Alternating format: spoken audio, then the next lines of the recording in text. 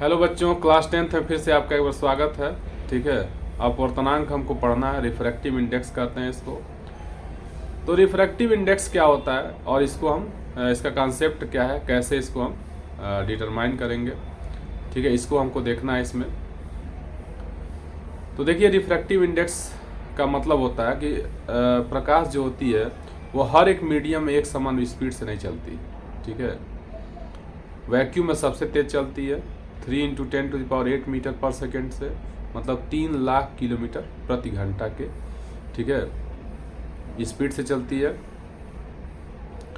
और एयर में उससे थोड़ा सा कम स्पीड से चलती है। ठीक है, लेकिन उसको हम निगलेक्ट मान लेते हैं। ठीक है, इतना ज़्यादा भी अंतर नहीं है कि उसको काउंट किया जाए, तो उसको हम निगलेक्ट मान लेते हैं। लेकिन अगर मान लीजिए वही आप वाटर में चल रही है या अगर ग्लास में चल रही है, तो वहाँ पे स्पीड क्या हो जाती है, लाइट की घट जाती है। ठीक है, तो इसको कैसे हम डिफाइन करेंगे, इसको देखिए, रिफ्रैक्टिव इंडेक्स को हम एन से इंडिकेट करते हैं। कहीं कहीं बुक्स में उसको म्यू से भी इंडिकेट किया गया है। तो अगर मान लीजिए कहीं लिखा हुआ है N21, तो उसका मतलब हुआ, ठीक है, सेकेंड मीडियम का refractive index with respect to first medium. ठीक है, N21 लिखा हुआ है तो इसका मतलब क्या हुआ, दूसरे माध्यम का, ठीक है, पहले माध्यम के सापेक्ष अपवर्तनांक लिखा हुआ है। ठीक है, यहाँ देखिए N21 लिखा है तो इसका मतलब ये हुआ कि दूसरे माध्यम का अपवर्तनांक पहले माध्यम के सापेक्ष। जो 2 पहले लिखा हुआ है तो उसी माध्यम का अपवर्तनांक है। तो इसका मान कितना होता है, इसकी वैल्यू कितनी होती है, माध्यम 1 में प्रकाश की चाल अपान माध्यम 2 में प्रकाश की चाल।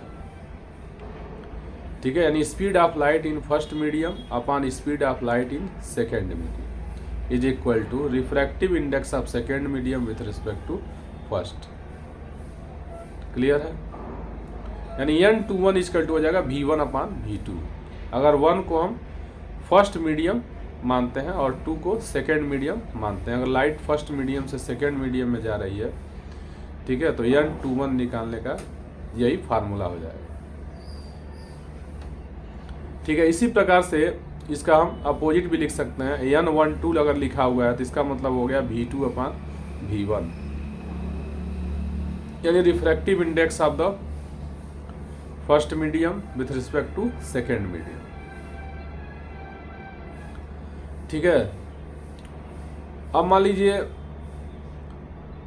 लाइट अगर फर्स्ट मीडियम से सेकेंड मीडियम में जा रही है। ठीक है, मान लेते हैं फर्स्ट मीडियम क्या है, वैक्यूम है आपका या एयर है। ठीक है, यहाँ लिया है, देख लेते हैं, लिखा है ना माध्यम फर्स्ट वायु लिखा है और माध्यम सेकेंड आपका कांच लिखा है। तो अगर लाइट मान लेते हैं वायु से किस में जा रही है, कांच में जा रही है। ठीक है, और नॉर्मल से मान लीजिए एंगल बनाई है आई। ठीक है, फर्स्ट मीडियम में और सेकेंड मीडियम में आर बनाई है। तो यदि माध्यम 1 का 1 आपका क्या है, निर्वात या वायु है, तो माध्यम 2 का अपवर्तनांक निर्वात के सापेक्ष माना जाता है। इसको क्या कहते हैं, निर्वात के सापेक्ष, मतलब वैक्यूम के रिस्पेक्ट में मानेंगे, इसको हम क्या कहेंगे, निरपेक्ष अपवर्तनांक है। ठीक है, एब्सोल्यूट है ये, मतलब किसी जब हम वैक्यूम के रिस्पेक्ट में लेंगे तो इसको क्या मानेंगे, एब्सोल्यूट मानेंगे।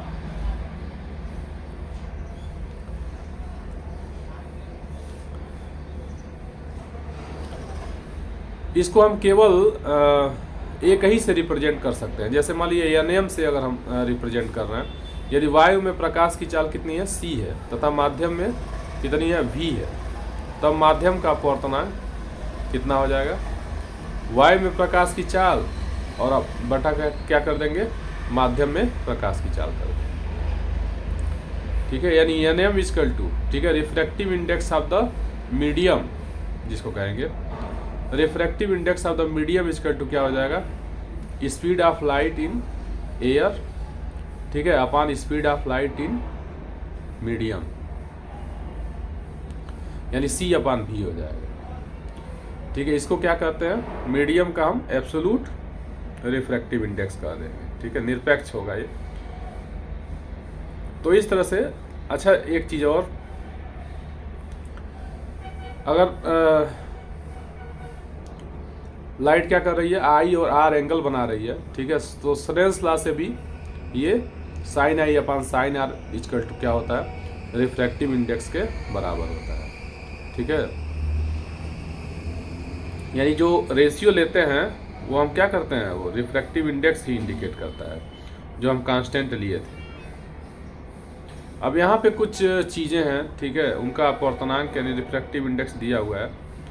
कुछ द्रव्यात्मक माध्यमों के निरपेक्ष अपवर्तनांक दिए गए हैं। जैसे एयर का कितना होता है, 1.0003 होता है, ठीक है। कनाडा बाल्सम इसका होता है 1.53। ये सब क्या होते हैं, जितना दिया हुआ है सब ट्रांसपेरेंट मीडियम है, ठीक है। और सब में क्या होता है, अलग अलग रिफ्रैक्टिव इंडेक्स होता है। जैसे तो किसी के सापेक्ष नहीं है, ये सब क्या है, निरपेक्ष है, ठीक है। मतलब ऐसा नहीं है कि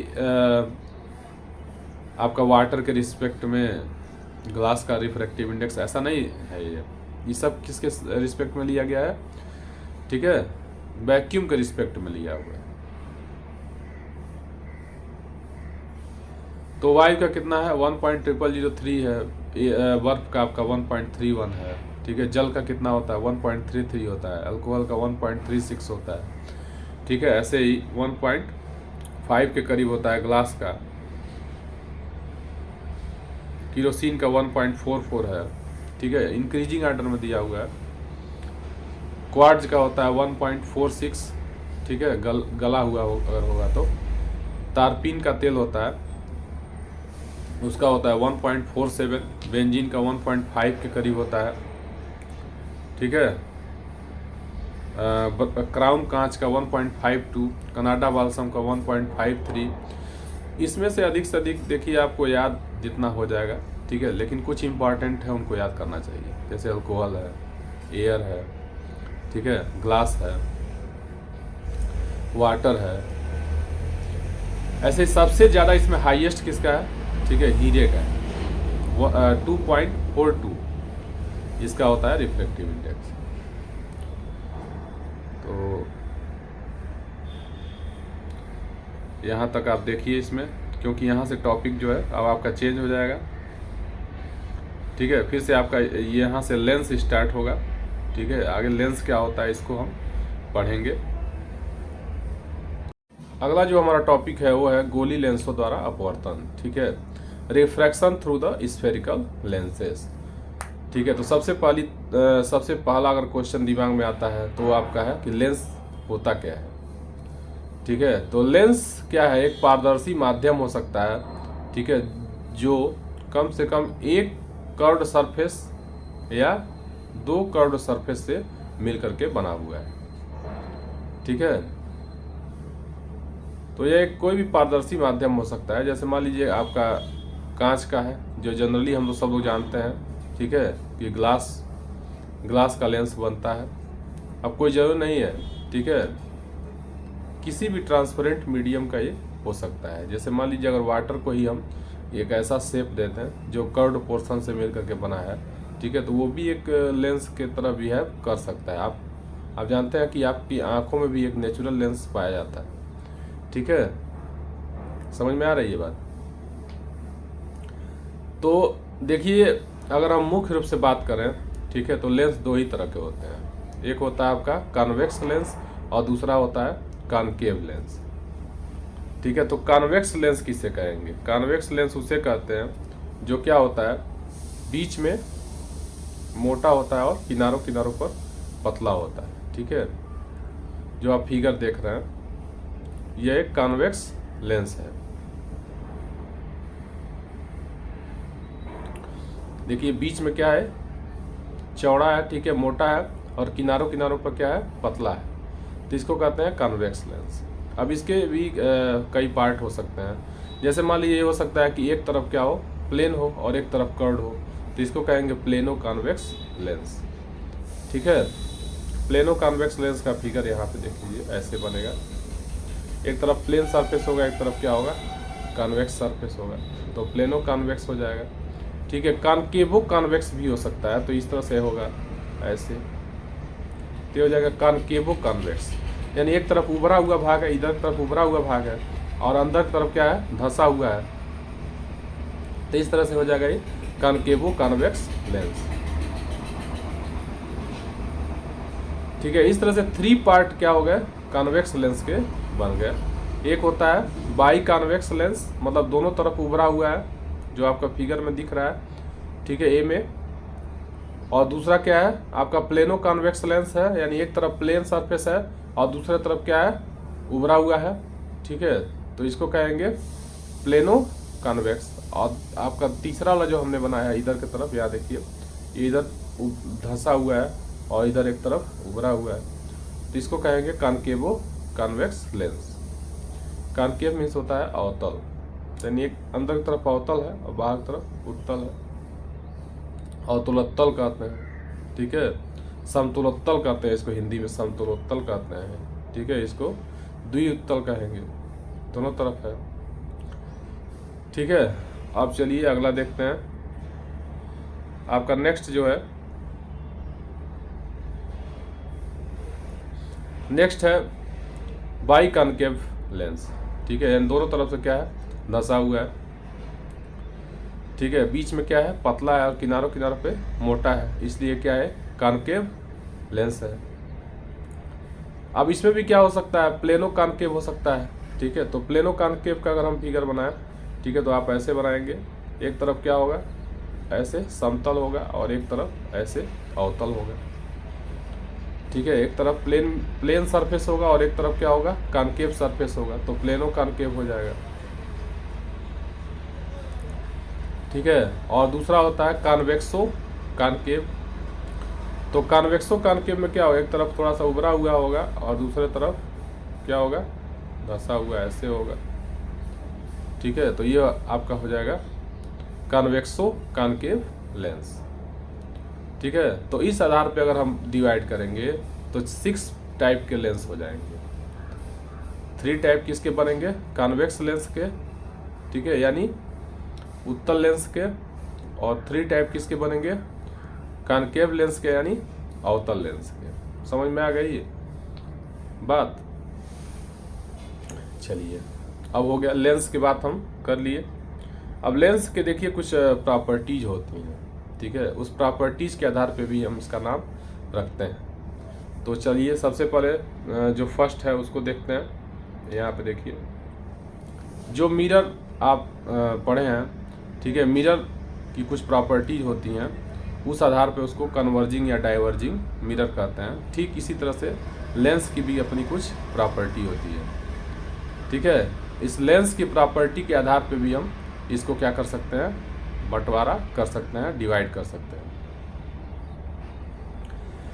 तो चलिए, फिगर में आपको क्या दिख रहा है, फिगर में आपको दिख रहा होगा, ठीक है, कि प्रिंसिपल एक्सिस के पैरेलल जो लाइट आ रही हैं उसको ये लेंस क्या करता है, प्रिंसिपल एक्सिस के किसी पॉइंट पे उसको कन्वर्ज कर देता है, यानी इकट्ठा कर दे रहा है। ठीक है, आपको दिख रहा होगा, यहाँ देखिए, ये सब पैरेलल जो लाइट आ रही हैं, ठीक है, ये क्या हो रही हैं, जब लेंस से अपवर्तित हो रही हैं, यानी लेंस से होकर के जब बाहर निकल रही हैं, गुजर रही हैं, ठीक है, तो एफ एक पॉइंट है जिस पॉइंट पर वो क्या हो रही हैं, इकट्ठा हो रही हैं। ठीक है, तो ये इसको क्या कर रहा है, प्लेन पैरेलल लाइट को एक पॉइंट पर ये इकट्ठा कर रहा है, तो इसलिए इसको कन्वर्जिंग लेंस कहते हैं। ठीक है, अभिसारी कहते हैं, हिंदी में अभिसारी लेंस कहते हैं। ठीक है,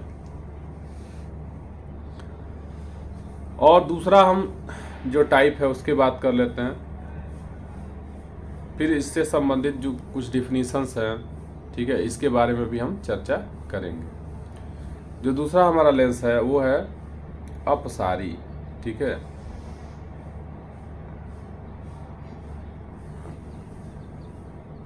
तो अपसारी लेंस क्या होता है, जब प्रिंसिपल एक्सिस के पैरेलल लाइट आती हैं, ठीक है, तो ये क्या कर देता है, जब उससे होकर के रिफ्रैक्ट होती है, बाहर निकलती हैं, तो उसके ये फैला देता है। चलिए इसको देखिए, यहाँ देखिए, प्रिंसिपल एक्सिस के पैरेलल लाइट आ रही हैं, ठीक, ये इसको क्या कर दे रहा है, ऐसे फैला दे रहा है, इसलिए इसको कहते हैं अपसारी। ठीक है, अपसारी लेंस कहते हैं। क्योंकि ये क्या कर रहा है, फैला दे रहा है। इसको हम डाइवर्जिंग लेंस भी कहते हैं इंग्लिश में, क्योंकि ये लाइट को डाइवर्ज कर देता है। ठीक है, तो इससे संबंधित जो कुछ भी लेंस क्या है हमने बता दिया। लेंस कितने तरह का होता है, 6 तरह का हो सकता है, मुख्य रूप से 2 ही तरह का होता है। ठीक है, और लेंस के गुणों के आधार पे हमने इसका नामकरण भी करके आपको समझा दिया। ठीक है, अब इसके बाद जो अगला टॉपिक है हमारा, ठीक है, उसकी हम बात करेंगे, उसकी चर्चा करेंगे।